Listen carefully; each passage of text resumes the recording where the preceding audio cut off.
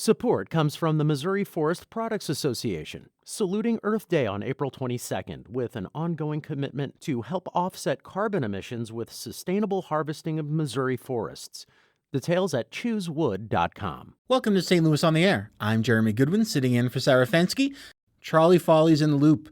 Joining me in studio to talk about it is St. Louis Public Radio political correspondent Jason Rosenbaum. Hey, Jason. Hello. Welcome to the program. Thanks for coming on. Thanks for having me. Well, the Loop Trolley has been chugging along now for 11 months, which is a little hard to believe because we've been talking about the trolley a lot in the several years leading up to its opening. It had a long, slow, some would say expensive birth.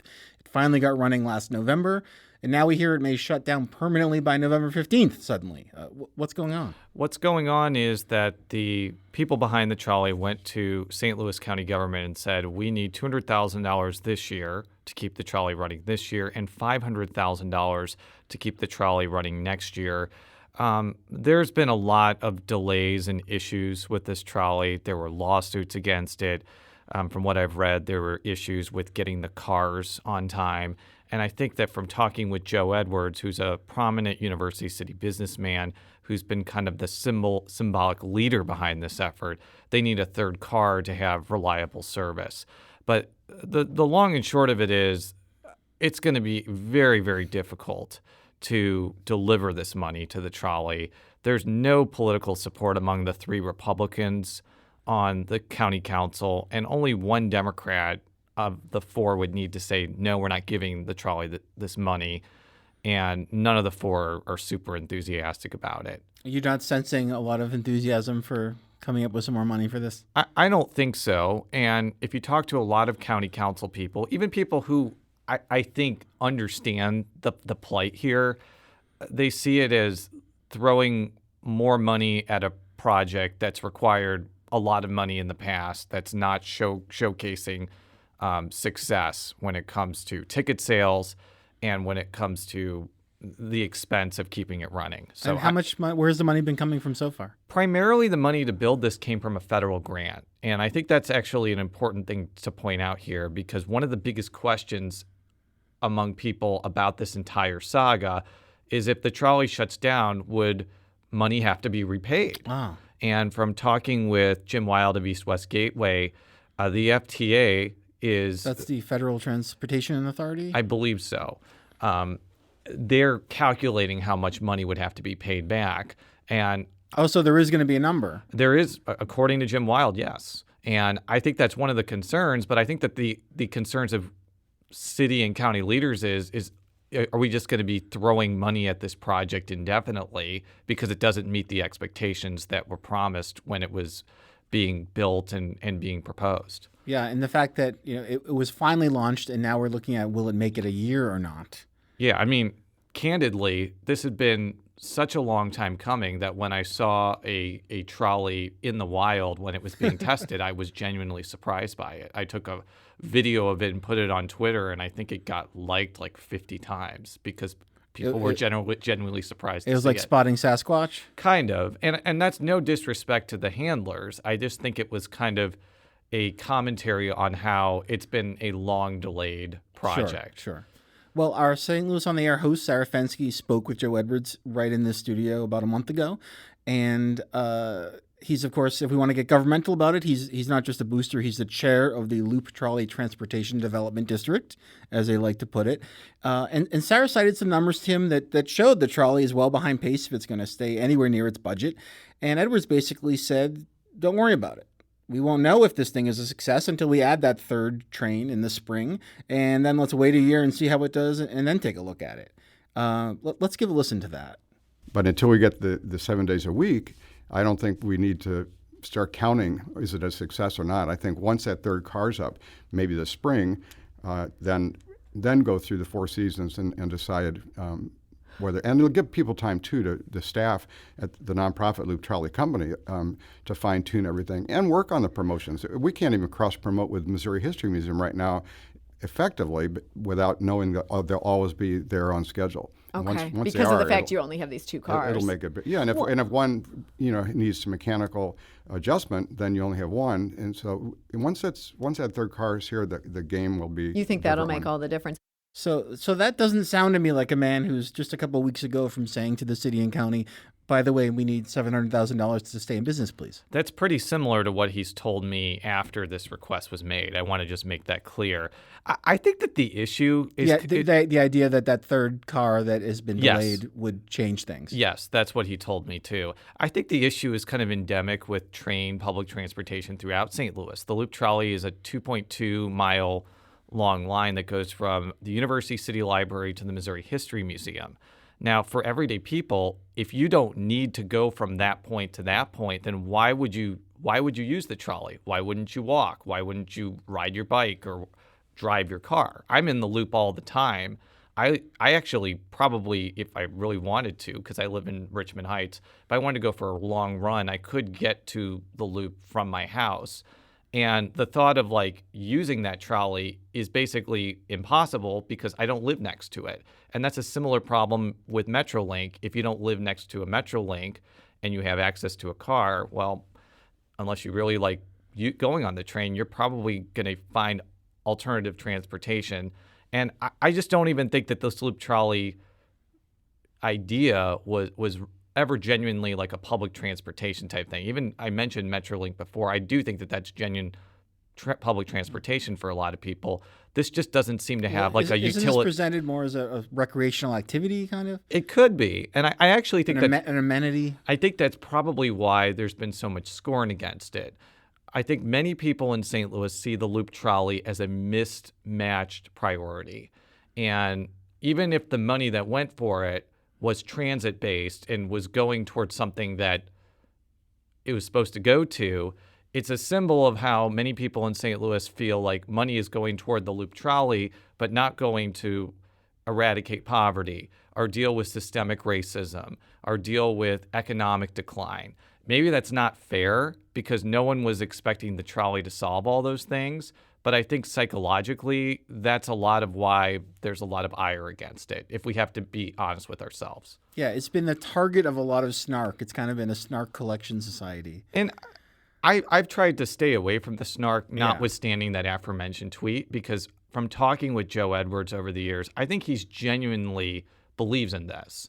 And his optimism about it, when you talk with him, it is contagious. And it's hard not to like want to root for this to succeed.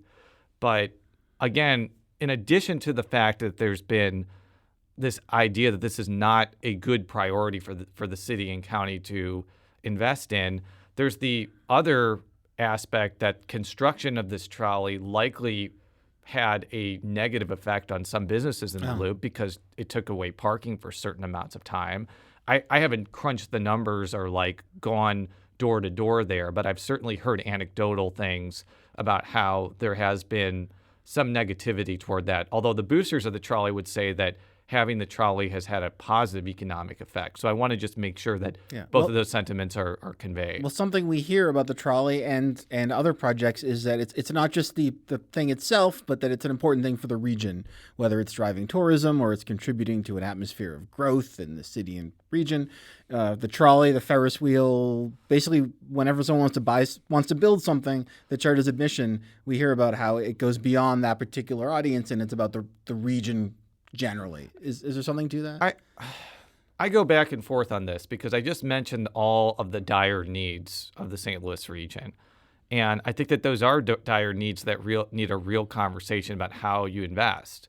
But on the other hand, I think that the idea that we wouldn't put public money toward any sort of entertainment or cultural amenity would also be kind of a bridge too far. With that logic, we wouldn't have the Zoo Museum District, which has world-class zoos and museums and botanical gardens that, for the most part, are free for people. Obviously, the Botanical Garden does charge admission at certain times, but I do think that there is some reason to discuss funding cultural amenities. I just think that a lot of people don't think that this fits the bill. And by this, I mean the Loop Trolley. So you said you're skeptical about seeing more public dollars head this way. What are the possible ways forward for the trolley right now? I think that one possible way is more corporate donations. There has been, as Joe Edwards told me, Clayco has given money to the Loop Trolley. I think that could be a pathway that many policymakers want to take, because that way they wouldn't have to explain to voters why they expended public money toward this enterprise. Whether or not like businesses and corporations are going to want to invest in this is a whole nother story.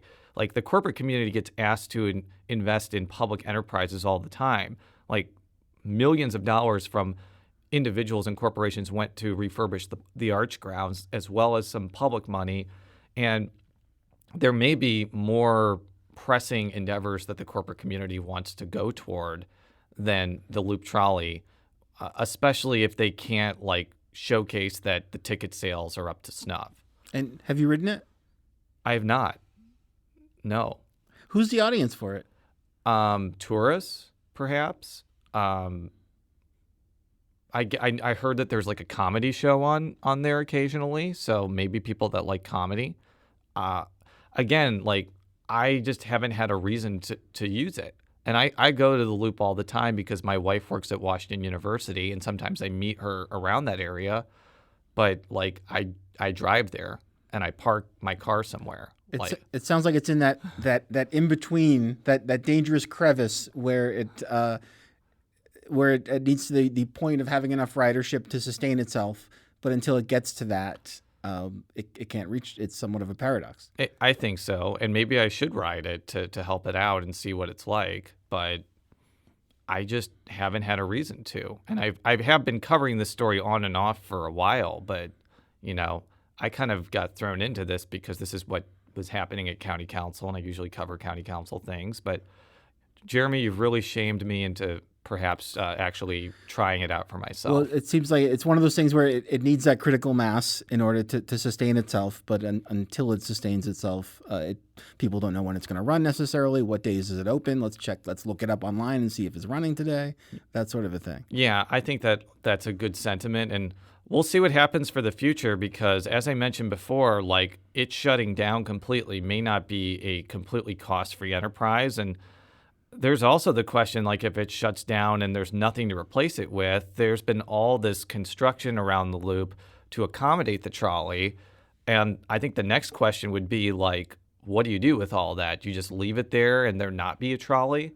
That may be a discussion years into the future, but that's not going to be a cost-free exercise either. Even though from what I've heard, there were streetcars before in St. Louis and they just paved over them with asphalt, And I don't know if this is a simple answer or not, but if indeed the trolley district ends up needing to repay some federal money, where does that actually come from? I don't actually know the answer to that question.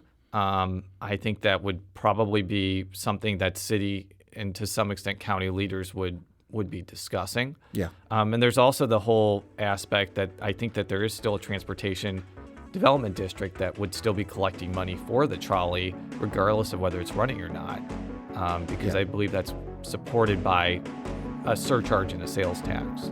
Thanks, Jason. You're welcome. St. Louis Public Radio's Jason Rosenbaum. This is St. Louis on the Air on St. Louis Public Radio, 90.7 KWMU.